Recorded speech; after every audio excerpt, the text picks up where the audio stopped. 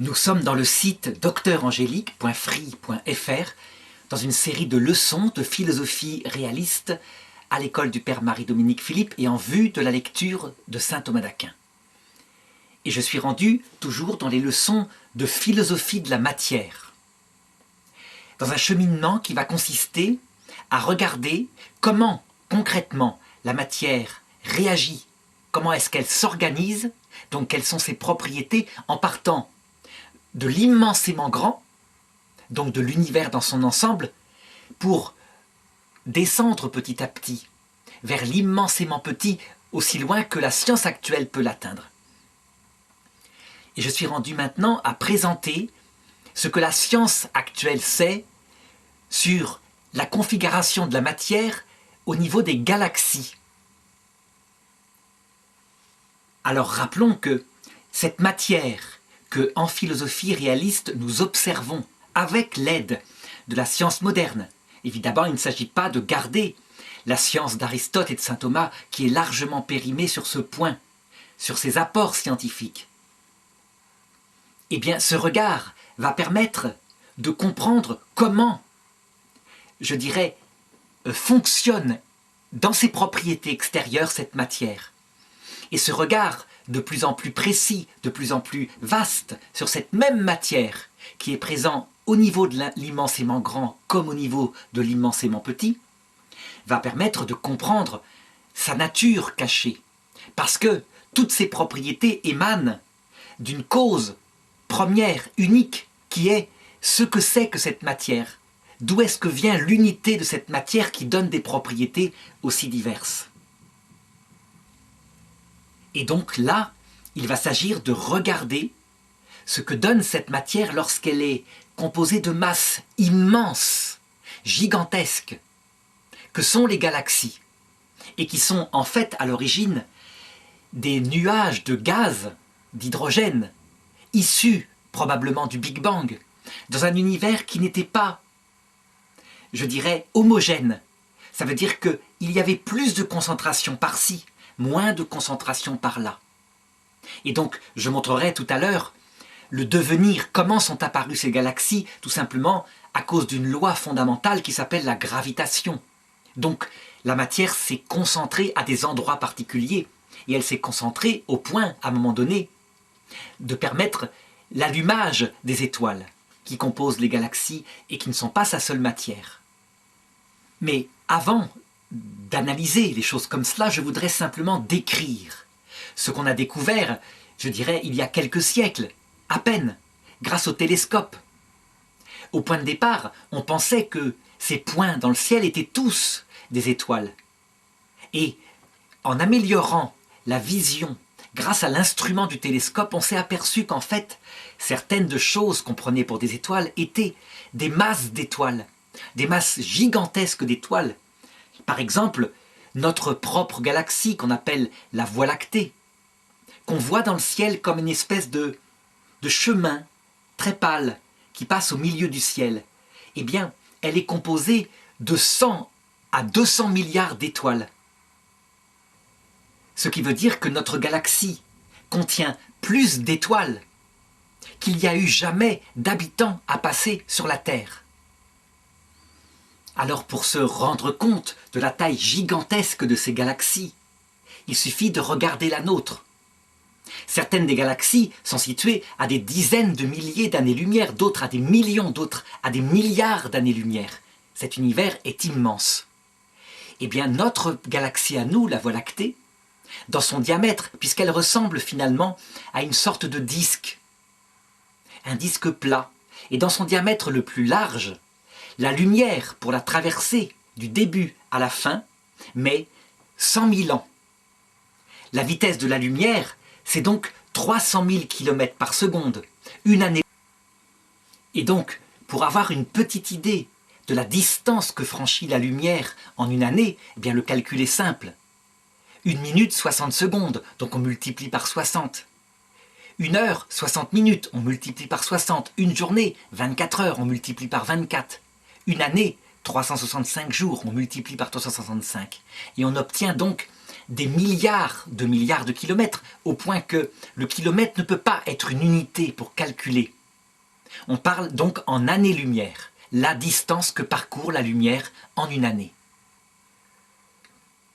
Dans notre galaxie, donc composée de plus de 100 milliards d'étoiles, l'étoile la plus proche de la nôtre, de notre propre Soleil, elle est située à 5 années-lumière.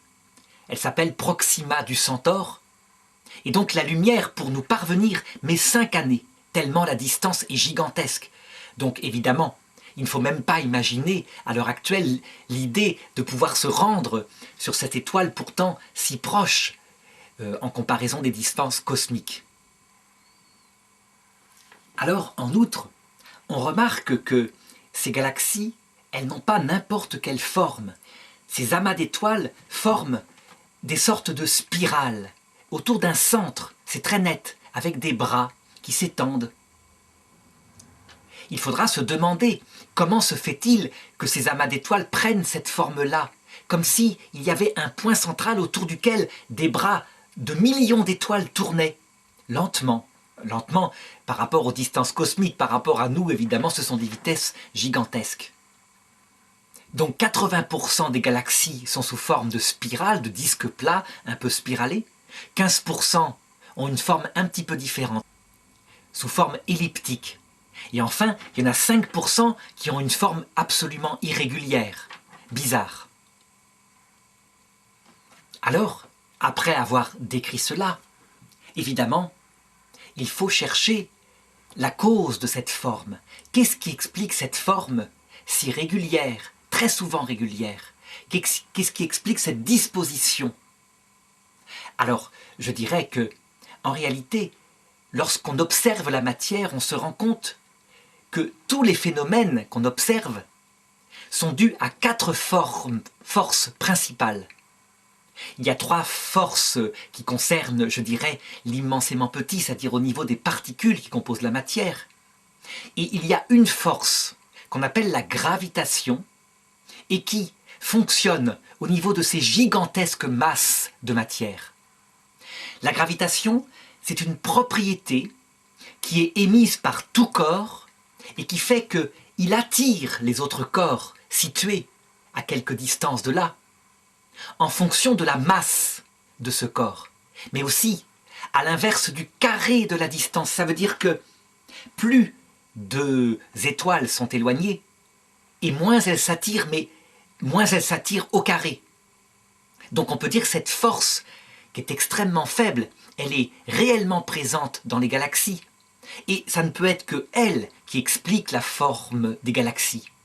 On peut dire que toutes ces milliards d'étoiles, entre elles, exercent cette force de gravitation, mais que visiblement, il y a au centre quelque chose autour duquel toute la galaxie tourne. Donc une force de gravitation qui est plus importante, qui imprime sa marque sur l'ensemble de la galaxie.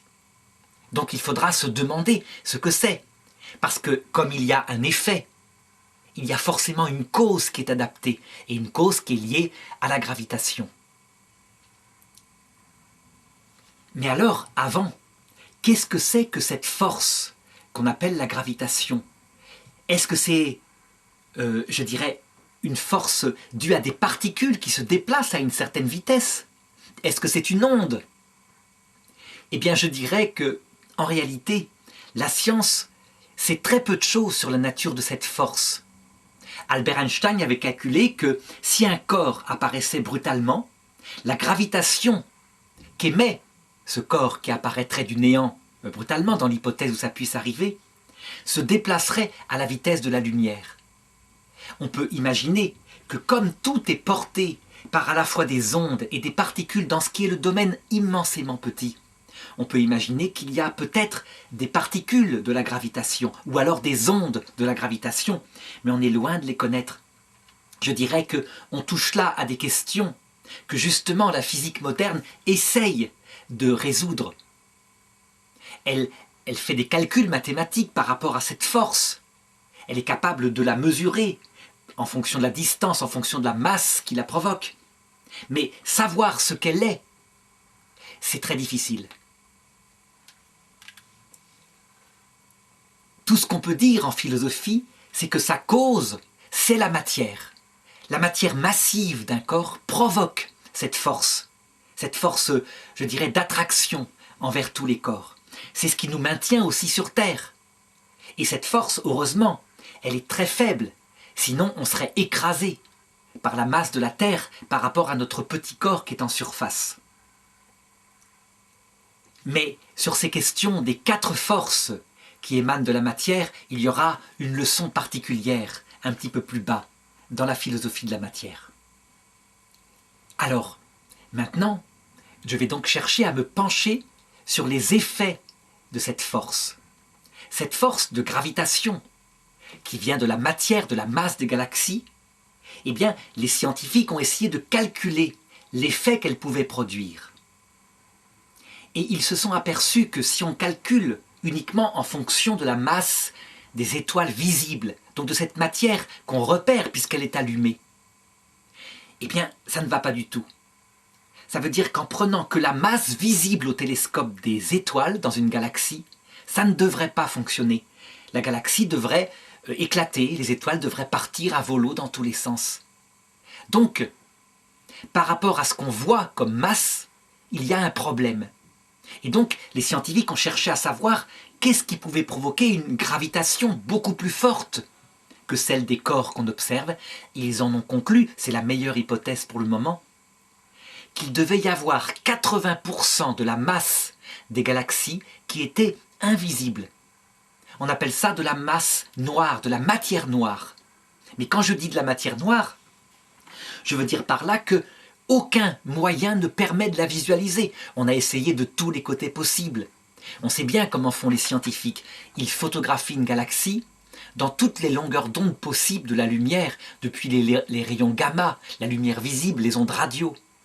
Et puis, ils espèrent voir quelque chose qui émanerait de cette matière noire. Eh bien, rien. On n'a jamais rien vu. Et donc, elle est un mystère. Seulement, le raisonnement est le suivant. Puisqu'il y a un effet qui produit donc une gravitation, il faut donc qu'il y ait une cause. Et ils ont posé, par une sorte d'induction, une masse, une quantité de matière invisible qui serait présente dans ces galaxies. Alors, de quoi est-ce que ces galaxies sont composées? Donc, on le voit, elles sont composées d'étoiles, et ça sera la leçon suivante pour l'analyser. Donc, une masse d'hydrogène concentrée sur elle-même est suffisamment forte pour provoquer des réactions nucléaires qui fait que ces masses s'allument, ce sont les soleils. De la poussière, des corps physiques, des comètes qui passent à l'intérieur, des météorites, toutes sortes de choses, des roches dispersées un peu partout. C'est composé aussi, elles sont composées aussi d'une énorme quantité de gaz, qui d'ailleurs sont à la source de ces soleils, puisque les soleils sont des masses d'hydrogène concentrées qui ont démarré des réactions de fusion nucléaire. Et puis, il y a donc ces 80% de matière noire, de matière invisible, dont il faudra bien un jour trouver la nature. Alors, ceci dit, comment expliquer qu'il y ait un centre de gravité dans ces galaxies? Eh bien, la meilleure hypothèse qui a été sortie, c'est que, au centre de ces galaxies, une force de gravitation gigantesque s'exerce, et elle ne peut s'exercer que par quoi? Par une masse de matière concentrée, énorme. On a posé, c'est encore une probabilité, c'est une possibilité, l'existence possible de trous noirs supermassifs, gigantesques, au cœur de chacune des grandes galaxies. Alors qu'est-ce que c'est que cela?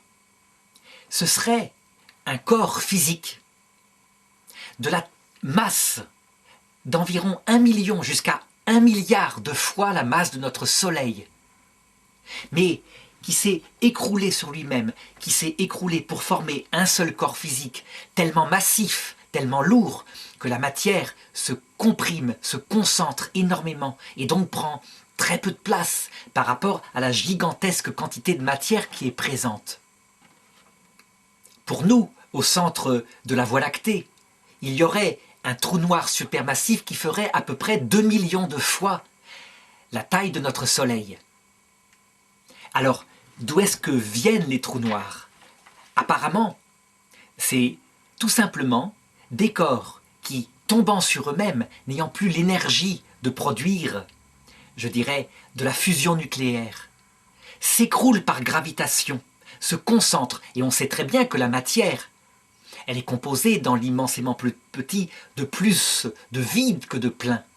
Donc elle ressemble analogiquement, disait Kant déjà à son époque, à un système solaire. On a le Soleil, on a les planètes. Eh bien, les distances entre le Soleil et les planètes sont immenses par rapport à la taille de ces minuscules planètes perdues. Eh bien, c'est un peu pareil pour la matière, si bien que lorsque elle est concentrée dans une masse gigantesque, eh bien, elle s'écrase, elle se comprime, et donc elle prend très peu de place. Par contre, toute la masse est là. Et donc la force de gravitation, qu'on peut calculer par une formule mathématique, comme je disais, qui est en fonction de la masse et qui exprime son énergie par rapport à la distance des autres corps, distance au carré, eh bien, cette gravitation, elle est présente. Et donc, elle exercerait sur cette galaxie sa force. C'est elle qui, un petit peu comme, d'ailleurs, l'idée d'un trou noir est tout à fait significatif. C'est ce que présentait la théorie d'Albert Einstein. Plutôt que de penser à un corps supermassif, ça ressemble un petit peu à un trou dans l'espace-temps. Donc un trou, comme un siphon de lavabo. Et autour de ce siphon, eh bien, l'eau qui est analogiquement la matière de la galaxie, donc les étoiles, etc., tournerait et serait en train de tomber dans ce trou, attiré par lui. Alors on voit comment la gravitation, cette force-là, permet d'expliquer quasiment tout de l'apparence des galaxies telles qu'on les voit dans l'immensité de ce ciel physique. Alors maintenant, troisième point que j'aimerais traiter, c'est l'histoire des galaxies et leur devenir dans le futur. Parce que, en fait, en connaissant les lois de l'univers, on peut arriver à comprendre ce qui s'est passé dans le passé. Évidemment, hypothétiquement, on crée des scénarios et donc à imaginer ce qu'elles deviendront dans le futur. Alors, comme je le disais dans la leçon précédente, tout aurait commencé par ce fameux Big Bang. Ce Big Bang, cette gigantesque explosion, avec une concentration monstrueuse d'un univers qui est extrêmement chaud au départ et qui s'étend, qui s'étend, qui s'étend. Et à un moment donné, en perdant cette concentration, vont se mettre à apparaître les particules élémentaires qui vont petit à petit, grâce aux constantes qui les organisent, se structurer dans l'atome d'hydrogène. Cette gigantesque explosion aurait pu donner un nuage d'hydrogène absolument homogène, une sphère d'hydrogène gigantesque qui s'écarte, qui s'écarte, qui s'écarte à l'infini. Et de fait, on constate que l'explosion n'a pas donné quelque chose d'homogène, mais qu'à certains endroits, des quantités d'hydrogène étaient davantage concentrées, et à d'autres endroits moins concentrées. Et que s'est-il passé? Eh bien, toujours pareil, par gravitation, l'hydrogène, ces gigantesques nuages d'hydrogène se sont concentrés. Ils se sont concentrés à tel point qu'à un moment donné, ici et là, des boules d'hydrogène suffisamment concentrées se sont allumées pour donner les premiers soleils. Et donc, très vite, en temps cosmique, après l'apparition du Big Bang, sont apparues des premières galaxies de très peu de durée, très petites par rapport à maintenant. Et que d'ailleurs, on peut observer au télescope en regardant très loin dans le ciel, et donc très loin dans le passé. La lumière qu'elles ont émise, par exemple, il y a 14 milliards d'années. On les voit. Ces galaxies fonctionnaient, étaient allumées comme des soleils, et fonctionnaient comme des centrales nucléaires de fusion. L'hydrogène fusionnait, et se transformant en hélium, émettait de l'énergie, de la lumière, qui partait dans l'espace. L'hélium lui-même, ensuite, était peu à peu fusionnait, et donnait d'autres molécules, d'autres atomes de plus en plus lourds. On peut donc dire que ces premières galaxies qui ont vécu un temps, puis qui ont disparu, qui se sont recomposées, qui ont fait apparaître des galaxies plus grosses, avec de la matière de plus en plus lourde, des atomes de plus en plus complexes. Ces premières galaxies ont été les usines où est apparue la matière qui nous compose. Nous ne sommes pas composés que d'hydrogène, nous sommes composés de carbone, de plomb, etc. Tout le tableau de Mendeleïev qui montre la structure de ces atomes. Eh bien, tout cela a été fabriqué dans des matrices qui étaient les étoiles primitives. Et ça continue de se faire dans les étoiles actuelles. Ce qu'il faut comprendre, c'est que ces galaxies, donc ces masses d'hydrogène au départ, puis de matière de plus en plus complexe, a été soumis dès le point de départ à une loi d'entropie. Ça veut dire que tout cela perd de l'ordre. Tout cela se refroidit peu à peu. Et tout cela s'étend dans un univers de plus en plus gigantesque en taille, si bien que la concentration de matière baisse. Donc, actuellement, les galaxies telles qu'on les voit, dans un univers qui est à peu près âgé de 14 milliards d'années, on pourrait les comparer analogiquement à des étincelles d'une magnifique et gigantesque fusée de feux d'artifice qui aurait explosé, et ces étincelles sont en pleine vie. Et donc on voit le ciel étoilé. Cependant, il ne faut pas se faire d'illusions. Tout cela passe. Tout cela est soumis à cette loi de dégradation, un peu comme une fusée de feu d'artifice dont la magnificence ne dure qu'un moment. Évidemment, à l'échelle cosmique, ce moment, ça se compte en milliers de milliards d'années. N'empêche que, au bout du bout, à travers des phénomènes où des galaxies nouvelles apparaîtront, d'autres s'éteignent, puis elles se recomposent, etc. Tout cela tend, petit à petit, à s'éteindre. Ça veut dire que ce monde, tel qu'on l'observe, tend tout entier vers un refroidissement et vers une perte de concentration. Ça veut dire qu'il va s'étendre de plus en plus. Et donc que sa concentration va baisser, sa température générale va baisser. Alors c'est dans la leçon suivante que j'essaierai d'aborder la vie et la mort de chacune des étoiles qui sont en fait comme des petites particules de cet immense corps qu'est une galaxie. Mais puisque cette leçon-là regarde la matière au niveau des galaxies, eh bien il me faut décrire le devenir des galaxies, en tout cas de la plupart d'entre elles. Quand il y a au centre un super trou noir massif, eh bien il exerce sa gravitation. Et le fait que tout tourne autour de lui indique qu'en réalité, par attraction, ce super trou noir massif est en train d'attirer la matière. C'est un petit peu, comme je le disais tout à l'heure, comme un siphon de lavabo, et il y a de l'eau qui est en train de tomber dedans, et qui tourne comme un tourbillon, mais tout tombe dedans. Alors évidemment, ce mouvement de chute, il est extrêmement lent. Et des scientifiques l'ont calculé. Avant qu'il se produise entièrement, parce qu'il se produira. Les étoiles qui composent les bras des galaxies, elles auront leur vie, chacune selon leur masse. Certaines explosent, d'autres implosent. Certaines se transforment en petits trous noirs.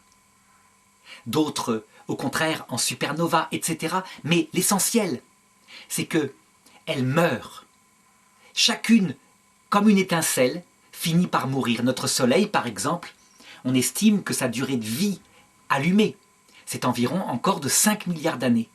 Et lui, comme c'est un Soleil relativement modeste, plutôt que, je dirais, de s'écrouler sur lui-même et de former un trou noir, il grossira, il grossira, il grossira, jusqu'à avaler les planètes qui sont autour de lui, dont la Terre. L'essentiel, c'est que si on pouvait accélérer le temps, eh bien, on verrait que notre galaxie, au centre, là où sont les étoiles les plus âgées, eh bien, il s'éteint.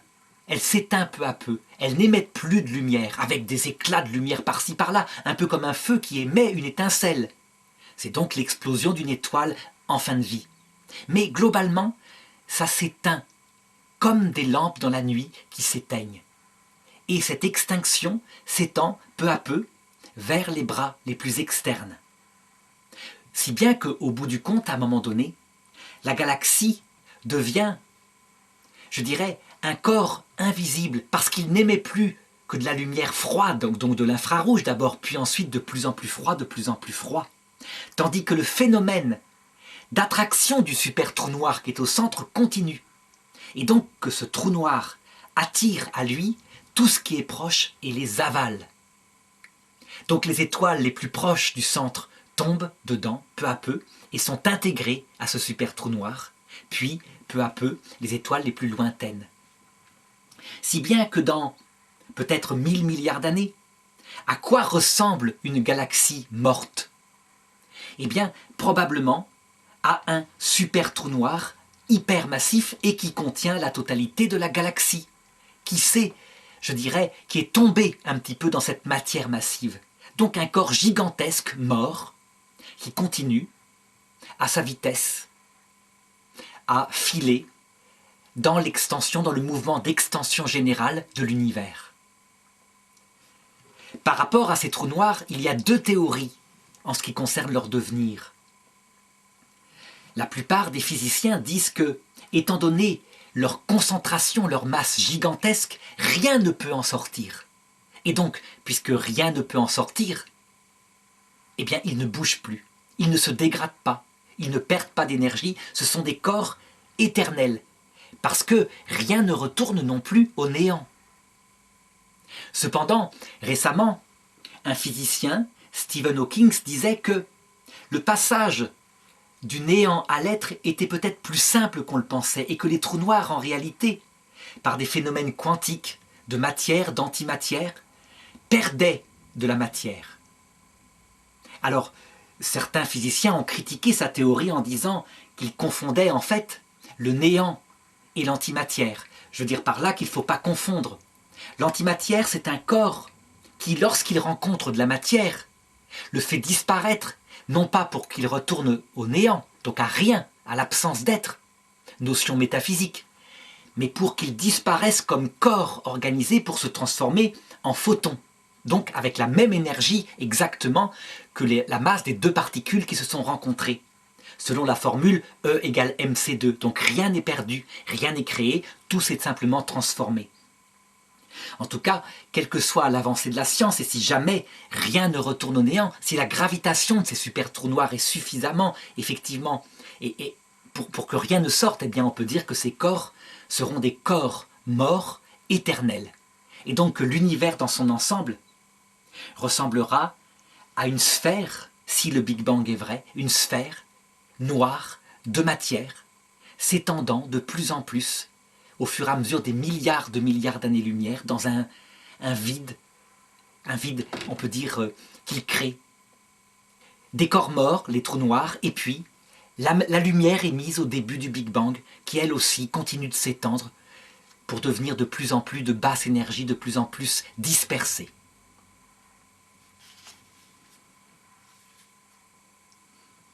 Alors évidemment, tout ce que je décris ici, c'est dans le domaine de la philosophie de la matière.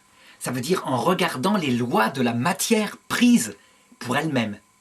Et si on regarde ces lois qui sont l'entropie, qui sont l'extension de l'univers, on est obligé de conclure ainsi. Maintenant, il faut ajouter qu'il y a une autre manière d'approcher le monde physique, telle que le fait une autre partie de la philosophie qui s'appelle la théologie naturelle. Ça veut dire la recherche profonde du philosophe sur la cause de l'existence de cet univers. Si on peut poser en philosophie l'existence d'un créateur de cet univers, alors on peut tout à fait en philosophie imaginer la chose suivante. La matière, elle a une aspiration à exister toujours, elle ne retourne jamais au néant. Et donc l'être premier qui lui a donné l'existence peut très bien, quand il le veut, s'il le veut, mettre un terme à la loi de la dispersion, à la loi de l'entropie. Et donc se servir de cette matière autrement. Mais ça, le philosophe est incapable de le savoir.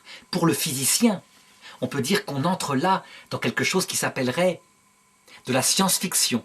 Donc il faut être très précis et distinguer épistémologiquement la philosophie de la matière que je viens de traiter, et puis d'autre part, la théologie naturelle qui aborde les choses d'un autre point de vue, très philosophique, donc avec la raison toute seule, indépendamment de toute révélation, mais du point de vue de l'existence d'un être premier qui a eu une intention envers cet univers.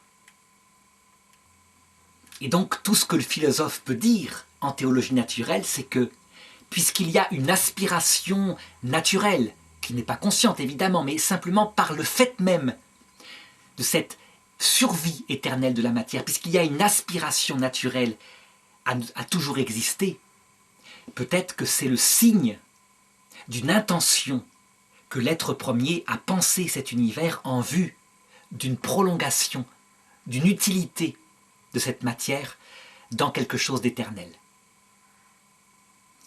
Voilà, je m'arrête ici pour cette leçon et dans la prochaine leçon, eh bien, il faudra étudier l'organisation de la matière, cette fois, au niveau des astres eux-mêmes, c'est-à-dire des soleils, mais aussi des planètes.